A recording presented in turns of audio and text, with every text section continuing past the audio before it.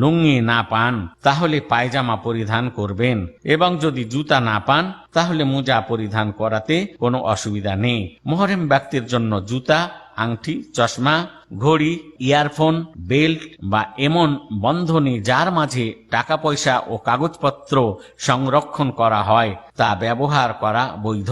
ইহরামের কাপড় পরিষ্কার, পরিবর্তন এবং মাথা ও শরীর ধৌত করা বৈধ। যদি অনিচ্ছায় কিছু চুল পুড়ে যায় অথবা আঘাতপ্রাপ্ত হয় তাহলে কোনো কাফফারা দিতে হবে না। অনেক মানুষ ধারণা করেন যে মুহরিম ব্যক্তির জন্য ইহরাম পরিধানের নির্দিষ্ট নামাজ রয়েছে। মুহরিম ব্যক্তির জন্য ইহরাম পরিধানের পর খাস কোনো নামাজ নেই, অথচ অনেক লোক ইহরামের পরে 2 রাকাত নামাজ আদায় করেন, যা ঠিক নয়। হজ ও উমরা পালনকারীর উচিত আল্লাহর ওয়াজিবকৃত দিনের ফরজ কাজসমূহ পালন করা, যেমন সঠিক সময়ে জামাতের সাথে নামাজ আদায় করা। মুহরিম ব্যক্তির জন্য অন্যান্য মুসলমানের মতো গুনাহ, অন্যায়, অশ্লীলতা, পাপ কাজ সহ যাবতীয় অন্যায় থেকে দূরে থাকা ওয়াজিব।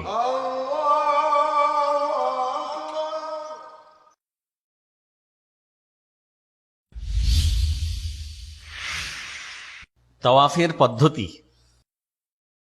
মুহরিম ব্যক্তির মক্কায় প্রবেশের পূর্বে গোসল করা মুস্তাহাব উত্তম।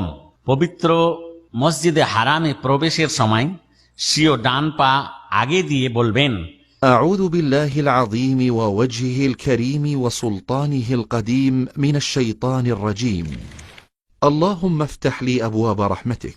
আমি আল্লাহর নামে শুরু করতেছি।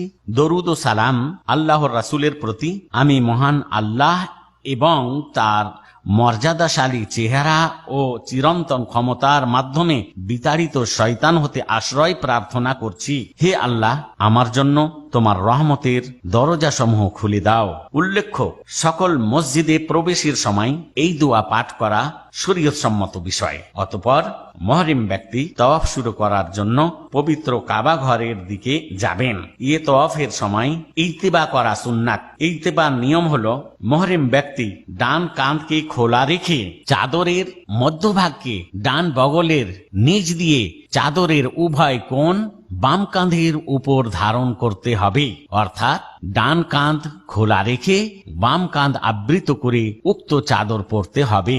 এর ফলে চাদরের 2 কোণই বাম দিকে থাকবে। অতঃপর কাবার দক্ষিণ কোণে রক্ষিত হাজারে আসওয়াদ থেকে শুরু করে কাবা ঘরের চতুর্দিকে 7 চক্কর দিতে হবে।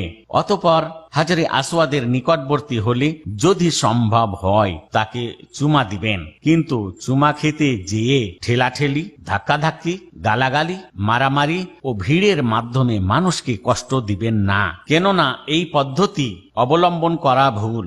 যেখানে মুসলিমদেরকে কষ্ট দেয়া হয়, বরং দূরে থেকে আল্লাহু আকবার বলে হাজরে আসওয়াদের দিকে ইশারা করলেই যথেষ্ট হবে। অতঃপর হজ অথবা উমরাকারী ব্যক্তি কোরআন তিলাওয়াত, দোয়ার মাধ্যমে আল্লাহকে আহ্বান, জিকির, ক্ষমা প্রার্থনার দ্বারা তাওয়াফ শুরু করবেন। উচ্চ স্বরে নির্দিষ্ট কোনো দোয়া পাঠ করা নিষেধ, অথচ বর্তমানে কিছু মানুষ এ নিয়ম না মেনে প্রত্যেক চক্করে পৃথক দোয়া করে থাকেন। অনেকে আবার সম্মিলিতভাবে উঁচু স্বরে জিকির ও দোয়া করেন। ইহা নিষেধ, কেননা তা অন্য তাওয়াফকারীদের দোয়া ও জিকিরে বিরক্তি ও গোলযোগ সৃষ্টি করে। অতঃপর রুকনে ইয়ামানির নিকটে পৌঁছে সম্ভব হলে হাত দিয়ে তা স্পর্শ করবেন, তবে তাকে চুমা অথবা স্পর্শকৃত হাতে চুমা দিবেন না এবং হাত দিয়ে রুকনে ইয়ামানি মাসাহ করবেন না। বর্তমানে মুহাম্মদ সাল্লাল্লাহু আলাইহি ওয়াসাল্লামের সুন্নতের বিরোধিতা করতে অনেকে এমন করে থাকেন। আর যদি রুকনে ইয়ামানি স্পর্শ করা সম্ভব না হয় তাহলে তাকবীর অথবা তার দিকে ইশারা না করে সামনে অগ্রসর হবেন। হাজরে আসওয়াদ ও রুকনে ইয়ামানির মধ্যবর্তী স্থলে হাজিদের এই দোয়াটি পাঠ করা সুন্নত। ربنا آتنا في الدنيا حسنة وفي الآخرة حسنة وقنا عذاب النار। অর্থ, হে আমাদের প্রভু, আমাদিগকে এই দুনিয়ায় এবং আখিরাতে কল্যাণ দান করো এবং জাহান্নামের আযাব থেকে আমাদিগকে রক্ষা করো। প্রথম চক্করের ন্যায় এইভাবে হাজী সাহেব 7 চক্করের মাধ্যমে তার তওয়াফ পূর্ণ করবেন। হাজরে আসওয়াদ থেকে প্রত্যেক চক্কর শুরু করে ওইখানে পৌঁছলে প্রথম চক্কর শেষ হবে এবং 1 চক্কর পূর্ণ হবে। তওয়াফে রমল করা সুন্নাত, আর রমল হলো ছোট ছোট কদমে দ্রুত চলা, আর তা শুধুমাত্র তওয়াফে কদুমের আগমন তওয়াফের প্রথম 3 চক্করে করবেন। কাবা ঘরের তওয়াফ করার সময় কতক হজ ও উমরা পালনকারীগণের ভুল ত্রুটি। 1, তওয়াফের সময় হিজরে কাবা শরীফের উত্তর পাশের বাড়তি অংশ এই মনে করে প্রবেশ করা যে নিশ্চয় তা তওয়াফের অন্তর্ভুক্ত।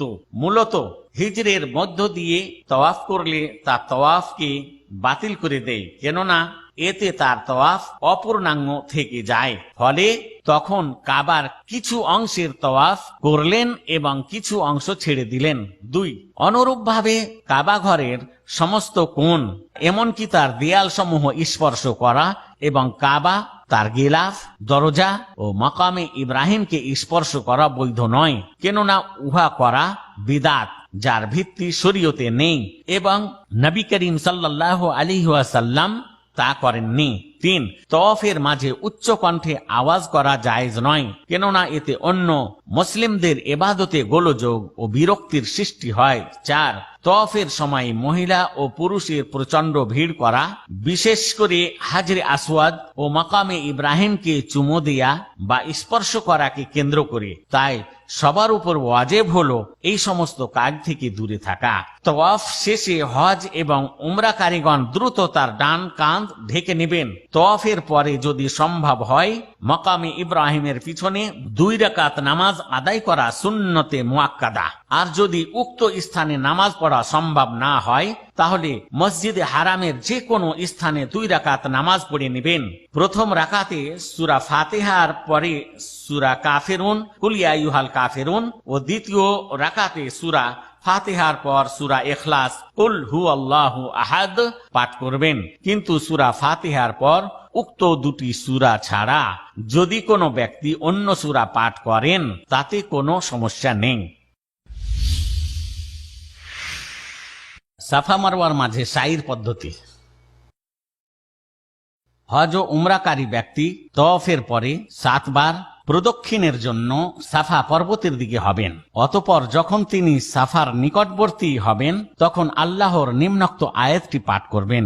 إن الصفا والمروة من شعائر الله فمن حج البيت أو اعتمر فلا جناح عليه أن يطوف بهما ومن تطوع خيرا فإن الله شاكر عليم। অর্থ, নিঃসন্দেহে সাফা ও মারওয়া আল্লাহ তাআলার নিদর্শনগুলোর অন্যতম।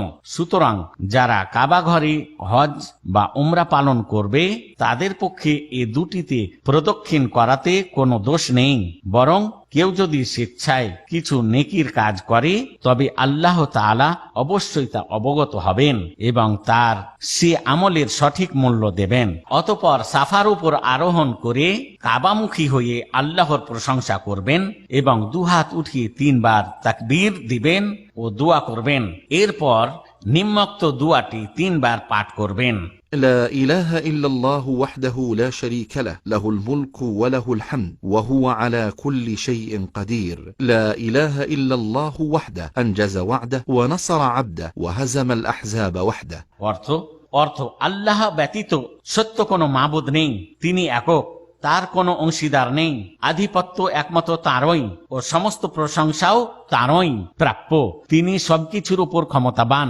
আল্লাহ ব্যতীত সত্য কোনো উপাস্য নেই, তিনি একক অদ্বিতীয়। তিনি তার প্রতিজ্ঞা পূর্ণ করেছেন, তার বান্দাকে সাহায্য করেছেন এবং একাই তিনি সকল শত্রু দলকে ধ্বংস করেছেন। এই দোয়াটি 3 বার পাঠ করবেন ও ওই সময়ে ইচ্ছানুযায়ী দোয়া পড়বেন। যদি এর চেয়ে কম দোয়া পড়েন তাতেও কোনো অসুবিধা নেই। দোয়ার সময় সময় ছাড়া দুহাত উত্তোলন করবেন না এবং আল্লাহু আকবার বলার সময় দুহাত দিয়ে ইশারাও করবেন না, কেননা ইহা পরিচালিত ভুল যা অনেক হজ ও উমরা পালনকারীগণ করে থাকেন। অতঃপর মুহরিম ব্যক্তি সাফা থেকে অবতরণ করে হেঁটে মারওয়ার দিকে যাবেন ও সাধ্য অনুযায়ী নিজের পরিবার এবং সাধারণ মুসলমানদের জন্য দোয়া করবেন। অতঃপর যখন প্রথম সবুজ চিহ্নে পৌঁছবেন তখন দ্বিতীয় সবুজ চিহ্ন পর্যন্ত পুরুষগণ জোরে জোরে চলবেন, মহিলাগণ ব্যতীত, কেননা মহিলাদের জন্য জোরে চলা নিষেধ। এরপর মারওয়া পর্যন্ত সাধারণভাবেই হেঁটে যাবেন এবং মারওয়াতে পৌঁছে কাবার দিকে মুখ করে সাফাই আরোহণের পর যে সকল দোয়া পড়েছিলেন তা পাঠ করবেন এবং ইচ্ছা করলে অন্যান্য দোয়াও পড়তে পারেন। পুনরায়